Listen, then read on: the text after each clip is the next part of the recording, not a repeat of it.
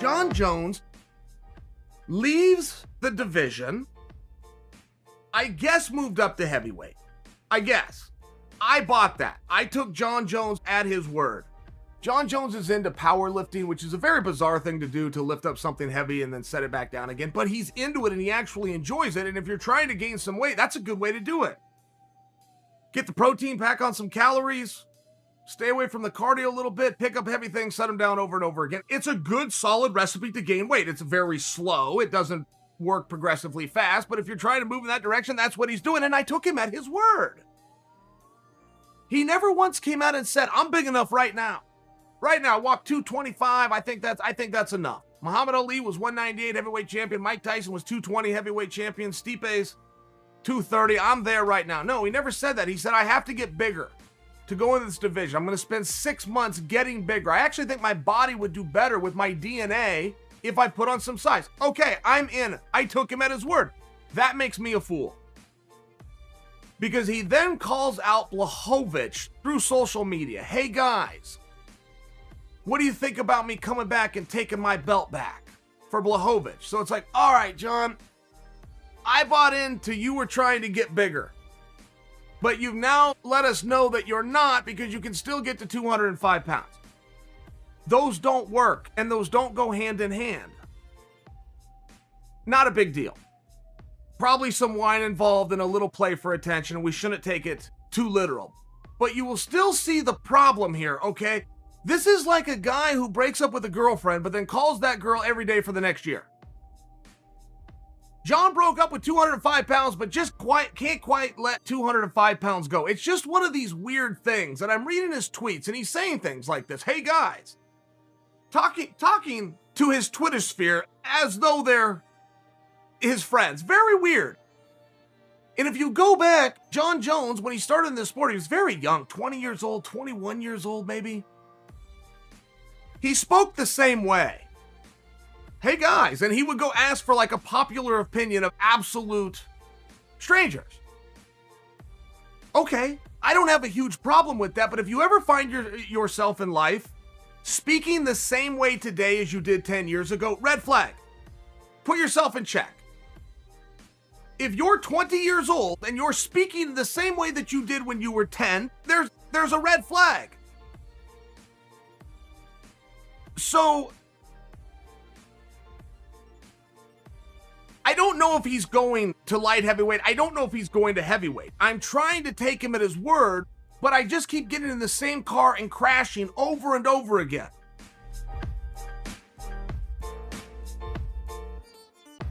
There's that thing that we call levels, and there's a level to the stand-up style that Adesanya has.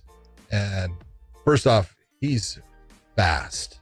He's fast. I can tell you, being in a ring with him, you know, Cage. just watching him, it's like, Oh, ring, that's right. no, that was a ring. I never was in a cage with him. So, but man, he's very fast, and he sets it up with his timing, setting up that distance and waiting for a guy to get to a certain point. And all of a sudden, as that guy's moving forward, he's capitalizing on, and it just makes him look faster than he actually even is. And he was from the get-go. You can take a look at what was happening in the fight when Paulo started shaking his head when he was getting hit with the low calf kick. It was low to the calf, right on the knee, a couple of different ones, and he's sitting there shaking his head. I go, you're done. Yeah. I swear to God, I just sat there with my eyes. He's done. I go, you're doing that already in the first round. I said, yeah. That's telling me your mind's not where it needs to be. You know, and this was just the different levels of fighters, as far as also the people that they have experienced being in that cage or ring with. And that was the big difference that I saw, you know, in looking at this fight. Was there were some guys that Paulo fought that you can look at and say, hey man, he was a good fighter. Like when he fought Johnny Hendricks, you know, Johnny Hendricks was going up in weight. Johnny was the welterweight champion. But when Johnny went up in weight, he was not the same fighter, and he had been beat multiple times. You know, Stephen Thompson had knocked him out, and he had lost his title with Robbie, and then he went up to 185 and just didn't look good. And so Paulo beat that guy. And then he had the fight with Yoel, and he did look good for the first couple rounds, and then he was struggling in that last round. But I looked at everybody that he had fought comparatively, as far as Adesanya's been in with the top dudes, not only in MMA, as far as he hasn't had that many in MMA, but in kickboxing, dude, he's been in with some studs. And that experience, it's invaluable, man. It puts you in that position where you look and you say, hey, I've been in with the very best. I'm not worried about this. You don't do anything that I haven't seen before. And that was my real thing with Costa, because I knew Costa was, he's a good grappler. He's got a good grappling game. Show me the time that he has been grappling since he's been in the UFC. He just doesn't. He wants to knock everybody out, and he wanted to knock Israel Adesanya out. It's just not the game plan you need to beat that guy.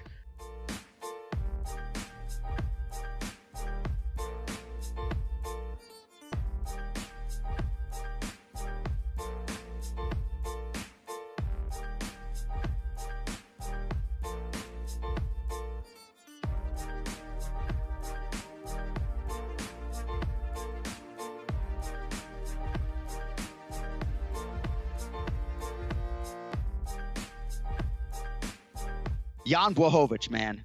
Jan fucking Blachowicz was 2-4 in the UFC in 2017. He's 37 years old.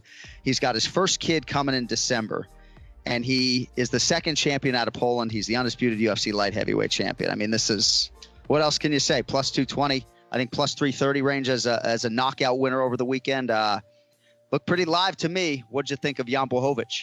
I have a feeling that he busted a lot of parlays over the weekend, man. I tell you what, listen, he has always been extremely tough. He's got a great chin. He hits really hard. He's good on the ground.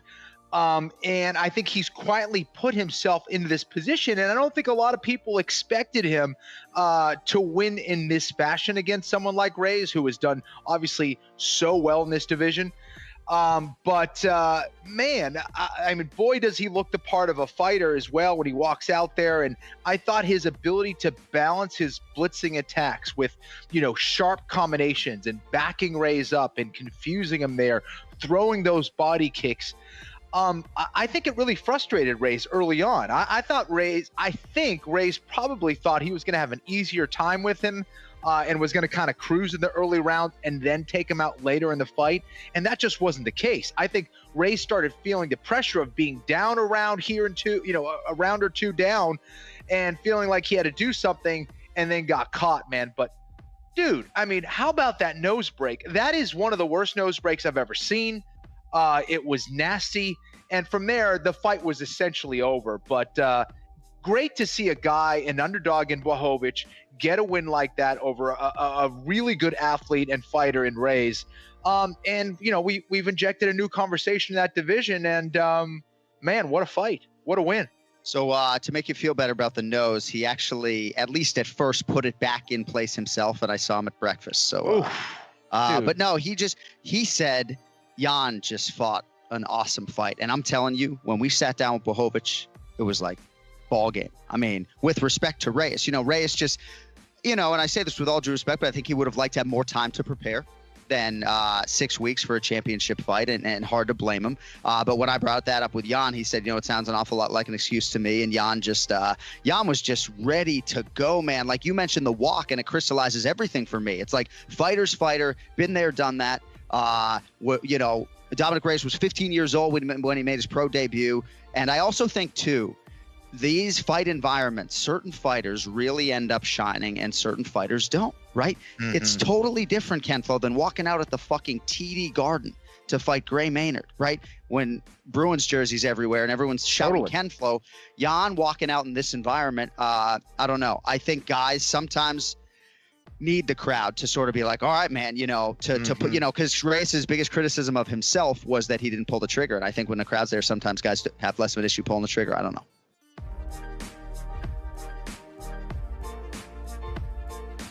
Before we talk about this week's card, we're still all kind of soaking in UFC 253, and I want to get your analysis on it, because I think what we're all trying to figure out is Israel Adesanya, did he just look that good, Or did Paulo Costa have an off night or a bad game plan? Like, what exactly did we see there? Well, I think he looked that good because he had such a smart approach to it. He chopped those legs down so well. I mean, if you were in that arena to really feel those leg kicks, I mean, that'll stifle anybody's game plan. So I think that threw Costa off, and then he never got started. I think his game plan was to go out and kind of mess with him a little bit, but the whole time he was getting chopped. And he even admitted it afterwards to his coaches how badly his leg was hurting. And then from there, once Izzy's got you hurt for a second, he's just going to capitalize on it. But I also think, it was a little bit of, okay, let's go get him, man. This is what you do, the eraser. You go after people. You overwhelm them with your strikes, and he didn't do that. Yeah, I think that's what I think most people were excited about was like aggression and power. So I guess if you're trying to put a game plan together over what you think it would take to beat Adesanya, is that aggression and that power the right thing, or what is somebody going to need to finally beat this guy? I mean, I think you have to look at what Gastelum did, right? I mean, we're talking about how he's picked apart all these people, but Gastelum at least put up one hell of a fight with him, busted him up, hurt him, and it was his aggression, getting in there, throwing punches, getting through that storm. You can't let him get comfortable for a second, and I know that's way easier said than done, right? Oh, just get in his face. Well, he's a good counter striker too. So if you just rush him, in a unsafe manner, he's going to clip you with his hands too, because he sits back.